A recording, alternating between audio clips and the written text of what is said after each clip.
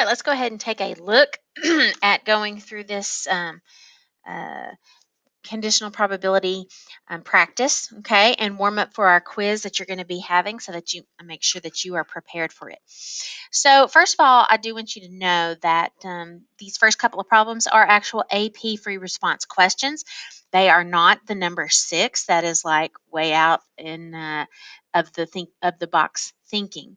So you should be able to do things at the level at which they are asking on of these first few questions. All right, so this first one you can see was a 2017 question, problem number 3 on the free response. You had to use the mean and standard deviation and do a normal model problem, asking for the probability that the melon from distributor J was greater than 137 millimeters in diameter. Okay, so here I wrote my data. You had to get your z-score, and then if you want probability, then that's when you're norm CDFing to that to get this area here from that z-score of 0.8 to 99. So I think it'll help if you write what the answer means in a sentence. It's not required, but it's part of your understanding of what this answer is saying. This answer says that 21.19% of the melons from distributor J have a diameter greater than 137 millimeters. Okay, so you need to understand that because you're going to use that and apply it in the next problem. So this next one, there was an alternative way. The first way that I thought of it was to just say, okay, 70% of the melons come from distributor J, and 21.19% of those 70 those distributor J ones were greater than 137, and then 30% of the grocery store melons come from distributor K, of which 84% of those are greater than 137. So that was the first way I had thought of it. And then I thought, oh, well, maybe I should kind of tie it to one of the techniques that we had thought about. And many of you actually had done this way because the melon being greater than 137 millimeters was conditional upon it coming from distributor J or distributor K. So here's what that tree diagram would look like. Okay, so that means the ones from distributor J that are that size, there's overall this percent from the grocery store of the grocery store melons, and then distributor K that are over 137%, that is 25%. So total of the grocery store was those two pieces. So 40% of the melons in the grocery store are over 137 millimeters. Now, given that Given that you selected a melon that was greater than 137 millimeters, what's the probability it came from distributor J? So that is that overall probability down there on the bottom. So all of the greater than 137 millimeters melons, all of them, there was 40% of them. And of those, what piece was from distributor J? It wasn't the 21.19%. It was the came from distributor J and 21.19, it was the 0.1483. So if you had a melon that was greater than 137 millimeters, then there's 37% chance that it came from distributor J. All right. That was 2017, problem number 3. Here was 2011, problem number 2.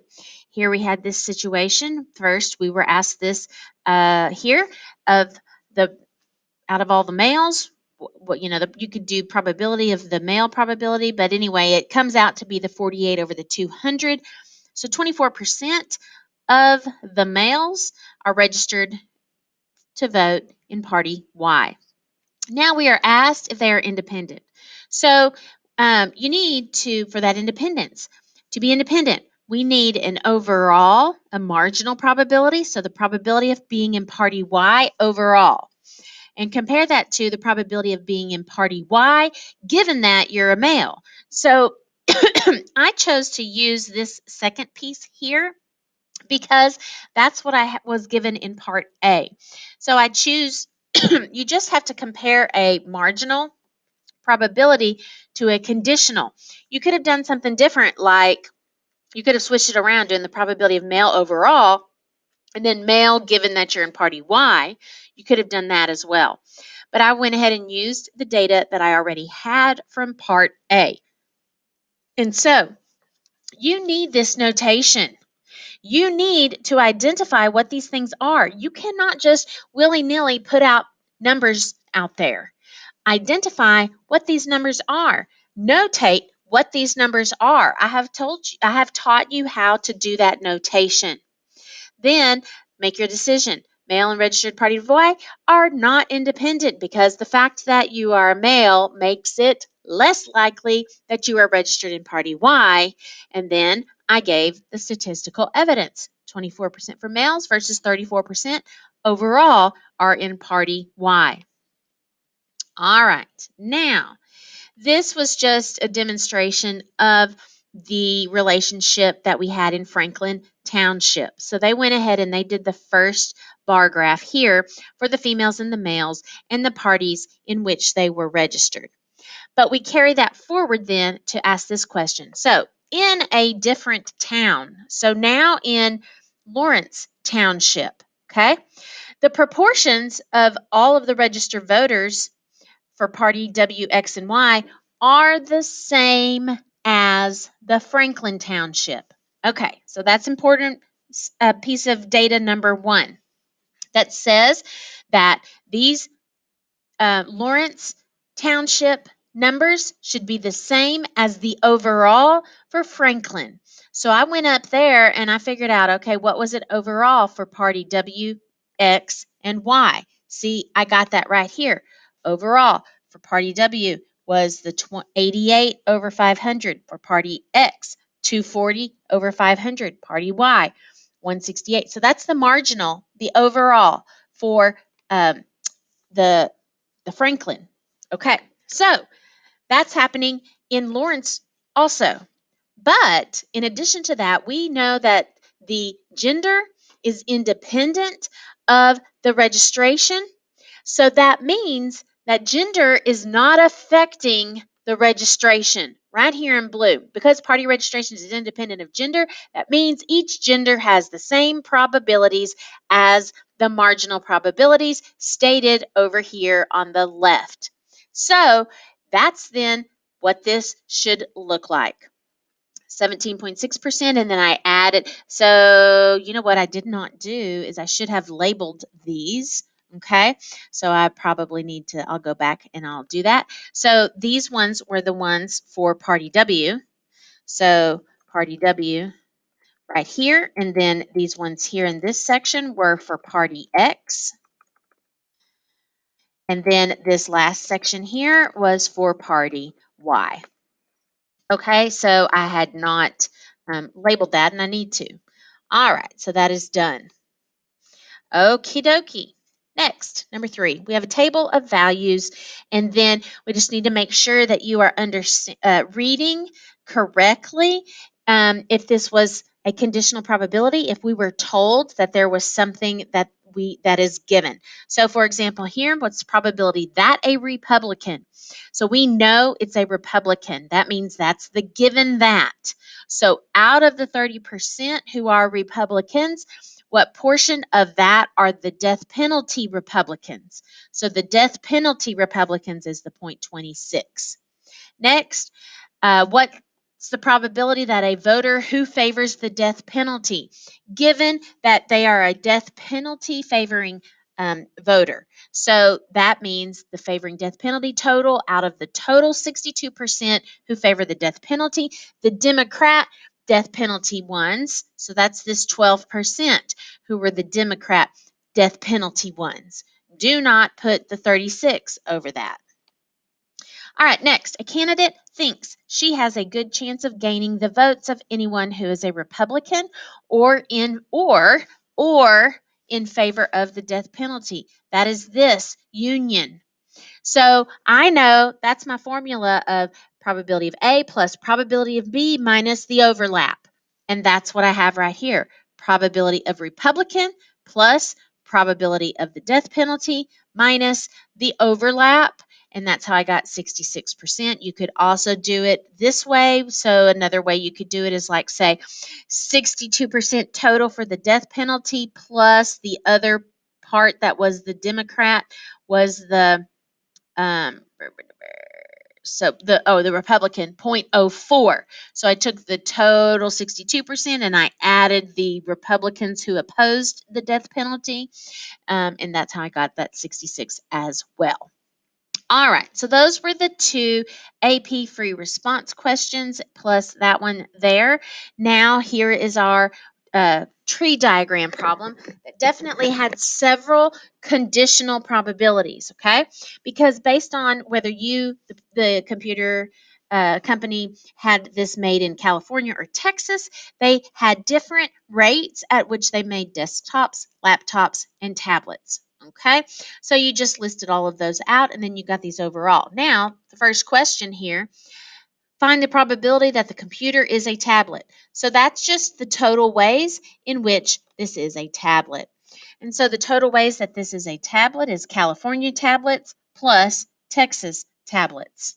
Okay, so that was my 18% plus the 42.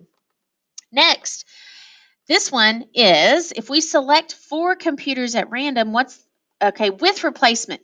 Okay, just FYI, this with replacement was stated in there so that you know that the probability is not changing. You don't have to think about the probability of the next one being affected. Okay, probability stayed the same. That's why that was stated. What's the probability that at least one of the computers is a tablet? So probability of at least one is 1 minus the probability that none of the 4 computers are tablets. So I know that what was this total here? 60% of the computers are tablets, so 40% are not tablets. Okay, so 1 minus the probability that none of the 4 are tablets. So not tablets to the 4th power. 1 minus that. So this is probability at least one of them is a tablet. Okay, next, here we have given that the tablet is selected. So given that it's tablet, so all the tablets on bottom, that's the 60%. What's the proportion that were made in California? So I want the California tablets on top. That's the 0.18. So 30% chance that the tablet was made in California if you know it's a tablet. All right, next. Okay, so there was some tricky parts to getting this. So I actually did this with both a two-way table and a Venn diagram because I thought maybe one way is easier than the other. They both actually were probably equally tricky, so it didn't matter which one you chose. So let's take a look at that, and I'm going to move this out of the way so we can discuss.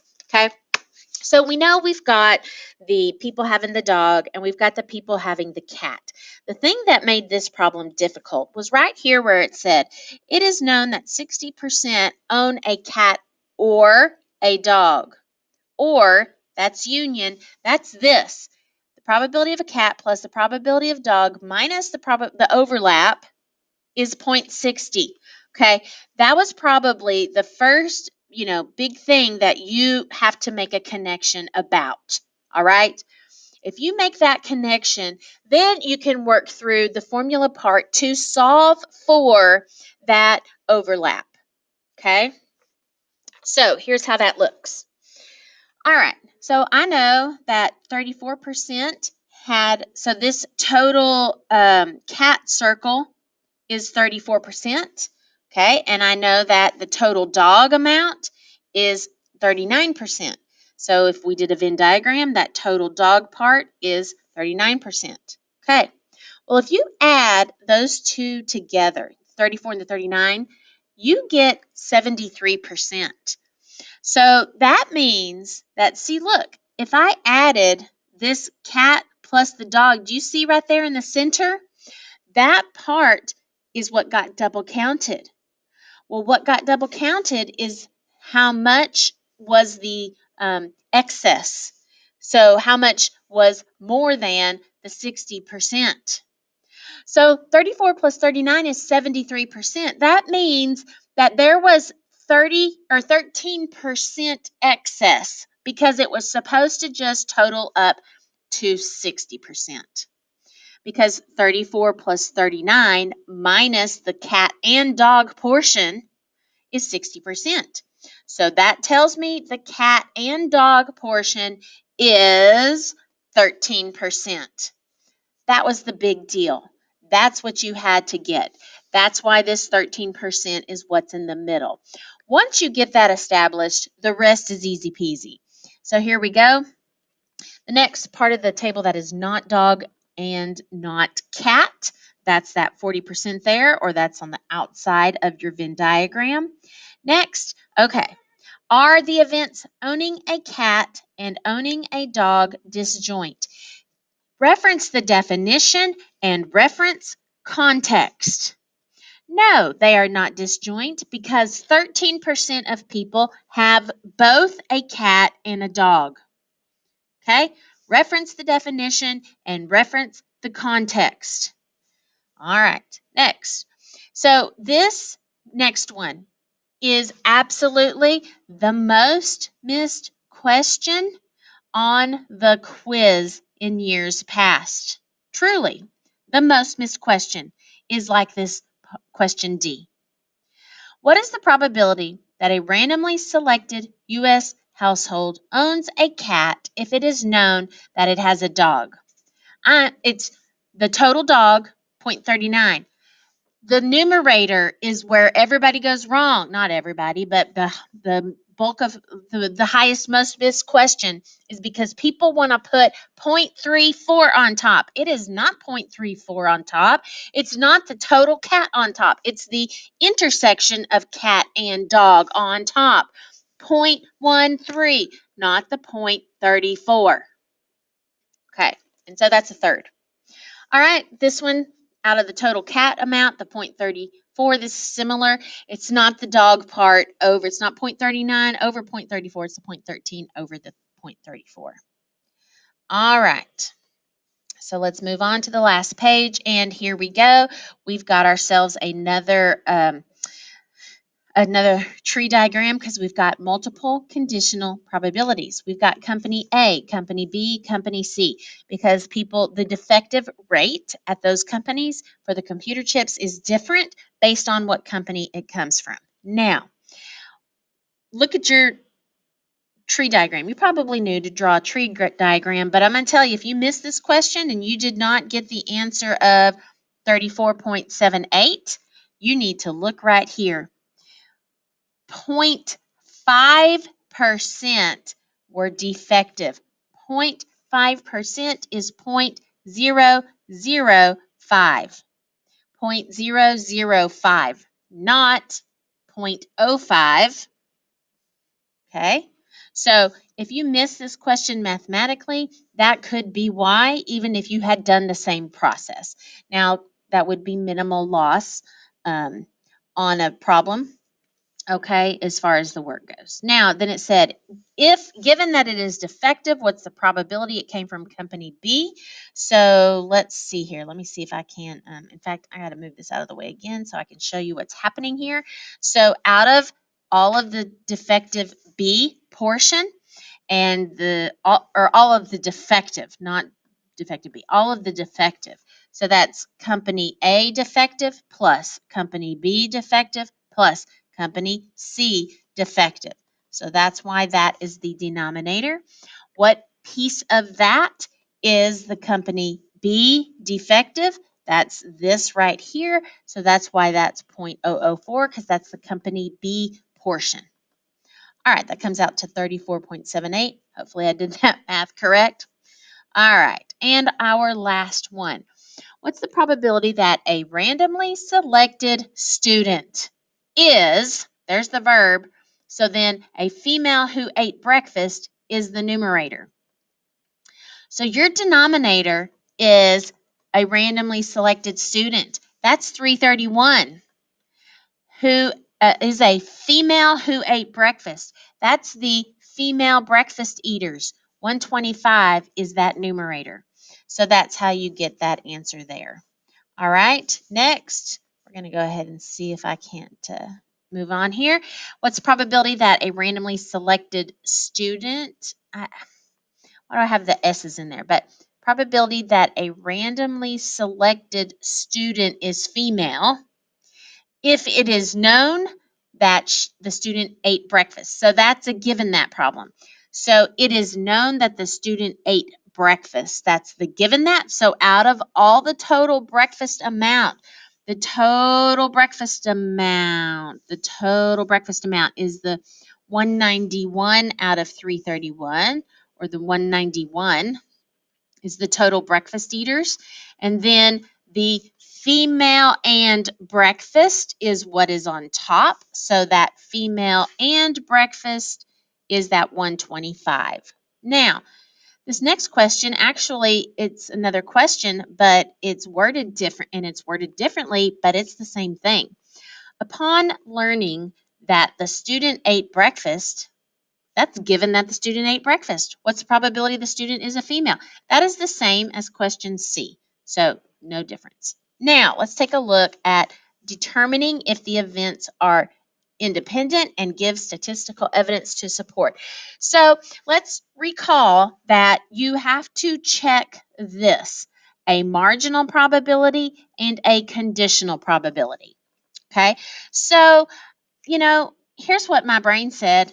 Hey, I got a conditional probability right here. So I'm going to use that because I already have that one done. So I'm going to have that be my probability of A given B. So B is the breakfast, okay? And A is the being a female. So that's then means I need to then just compare that to the overall rate of being a female. So here's what I did. Here is the overall rate of being a female. Here is the female given that you have eaten breakfast part from part B. And so I can tell that female and ate breakfast are not independent because if we know you eat breakfast, it's more likely that the student is a female.